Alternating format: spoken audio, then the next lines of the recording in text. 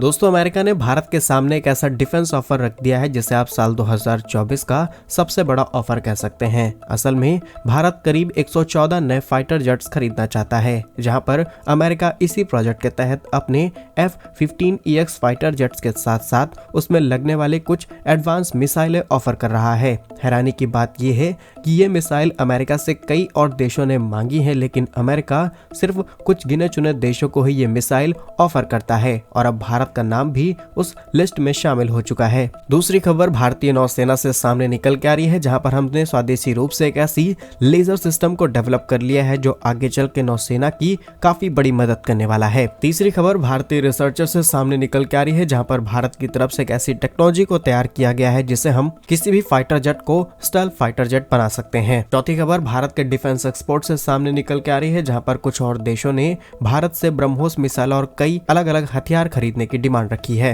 पांचवी खबर दुनिया का सबसे पुराना युद्धपोत जो कि करीब 93 सालों से समुद्र में एक्टिव है, अब ये भारत पहुंच चुका है। आइए आज के इस वीडियो में पांचों इंपॉर्टेंट अपडेट डिटेल्स में आपको बताते हैं। यदि आपको हमारी ये न्यूज सीरीज पसंद आ रही है तो आज के इस वीडियो को लाइक और चैनल को सब्सक्राइब जरूर कीजिएगा। सबसे पहले भारत और अमेरिका के बीच होने वाले डील की बात की जाए तो भारतीय वायुसेना अप्रैल 2018 में करीब 114 नए फाइटर जेट खरीदने के ऑफर के बारे में अनाउंसमेंट करती है, जिसमें दुनिया की अलग अलग कंपनीज, अलग अलग कंट्रीज अपने फाइटर जेट प्लेस करना शुरू कर देते हैं और इस लिस्ट में अमेरिका भी अपनी बोइंग की तरफ से F-15EX फाइटर जेट का ऑफर रखता है। लेकिन भारत सरकार की कंडीशंस ये थी कि जो भी फाइटर जेट्स भारत में आएंगे इन्हें मेक इन इंडिया के तहत भारत में ही असेंबल किया जाएगा। अब भले ही उनकी क्वांटिटी 10 हो या फिर 100, असेंबलिंग भारत के अंदर किसी भी कीमत पर होनी चाहिए। और कुछ समय बाद भारत के नेक्स्ट ईयर के बजट का भी खुलासा किया जाएगा और इसमें डिफेंस में हम कितना खर्चा करने वाले हैं इसकी अनाउंसमेंट होने वाली है। तो अमेरिका ने सोचा क्यों ना इससे पहले ही भारत के सामने ऑफर्स रख दिए जाए सो दैट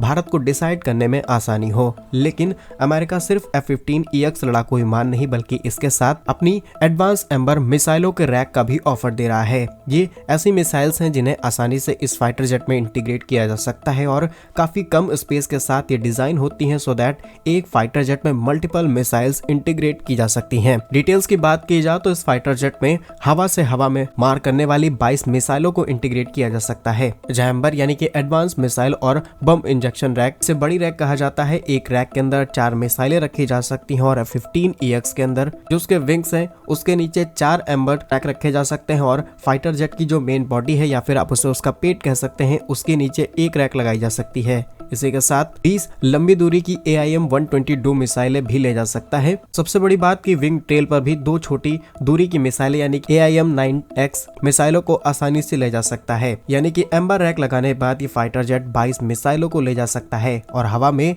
आप बार बार मिसाइलों को लेने के लिए जमीन में नहीं आ सकते सो दैट किसी भी फाइटर जेट में हम जितना मैक्सिमम मिसाइल्स को इंटीग्रेट कर सकते हैं वो सबसे बेस्ट माना जाता है और भारत की डिमांड के हिसाब से काफी फिट बैठने वाला ऑफर है। अब देखते हैं अमेरिका किस प्राइस पर भारत को ये फाइटर जेट देने की बात करता है। वैसे तो ये ऑफर भारत के लिए काफी अच्छा हो सकता है, लेकिन अभी भी मिनिस्ट्री ऑफ डिफेंस को डिसाइड करना है कि हम इसे लेना चाहते हैं या फिर नहीं। आपकी इस पर क्या राय हो सकती है कमेंट्स में जरूर बताइएगा। नेक्स्ट इंपॉर्टेंट अपडेट की बात की जाए तो भारतीय नेवी के लिए एक ऐसी स्वदेशी टेक्नोलॉजी को डेवलप किया जा चुका है जो हमारे कई ऑपरेशंस में हेल्प कर सकती है। नई टेक्नोलॉजी का नाम है LORDS-N यानी कि लेजर ऑर्डिनेंस डिस्पोजल सिस्टम। इसे क्रिएट किया गया है DRDO की CHESS यानी कि centre for high energy system and sciences की तरफ से इन हैदराबाद। और ये टेक्नोलॉजी काम कुछ इस तरीके से करने वाली है कि यदि नौसेना किसी दूसरे जहाज पर कोई विस्फोटक पदार्थ देखती है तो उसे दूर से ही डिस्ट्रॉय किया जा सकता है। इसमें लेजर टेक्नोलॉजी का इस्तेमाल किया जाएगा। पहले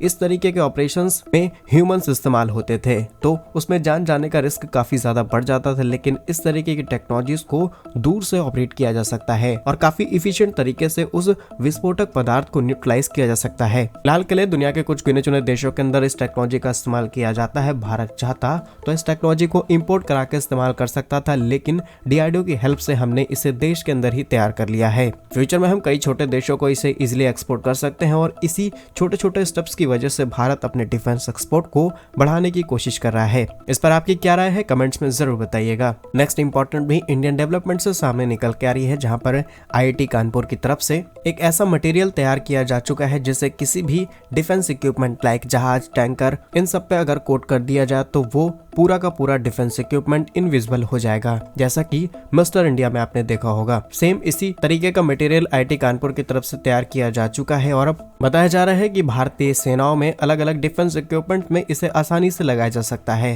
वैसे तो भारत के लिए किसी वरदान से कम नहीं है, क्योंकि हम अब अपने कई हथियारों को आसानी से छुपा सकते हैं। टेक्नोलॉजी की बात की जाए तो एनालक्स नाम का इस मोटे मटेरियल को तैयार किया गया है IIT कानपुर की तरफ से और कई सालों की मेहनत के बाद इसे तैयार किया गया है। इसमें 3 इंपॉर्टेंट प्रोफेसर वैभव श्रीवास्तव, प्रोफेसर S अनंत रामकृष्ण और प्रोफेसर K राजकुमार ने तैयार किया है। और जब इसका टेस्ट किया गया तो इसमें एयर इंडिया सेंट्रल कमांडर समेत कई सेना के अधिकारी शामिल थे और तब इसे फाइनली टेस्ट किया जा चुका है। फिलहाल के लिए अपडेट्स तो ये भी है कि इसे और ज्यादा अपग्रेड किया जाएगा ताकि इसे एडवांस फाइटर जेट्स के साथ भी लगाया जा सके। बाकी भारतीय वैज्ञानिकों की इस बड़ी उपलब्धि के लिए कमेंट बॉक्स में जय हिंद जरूर लिखिएगा।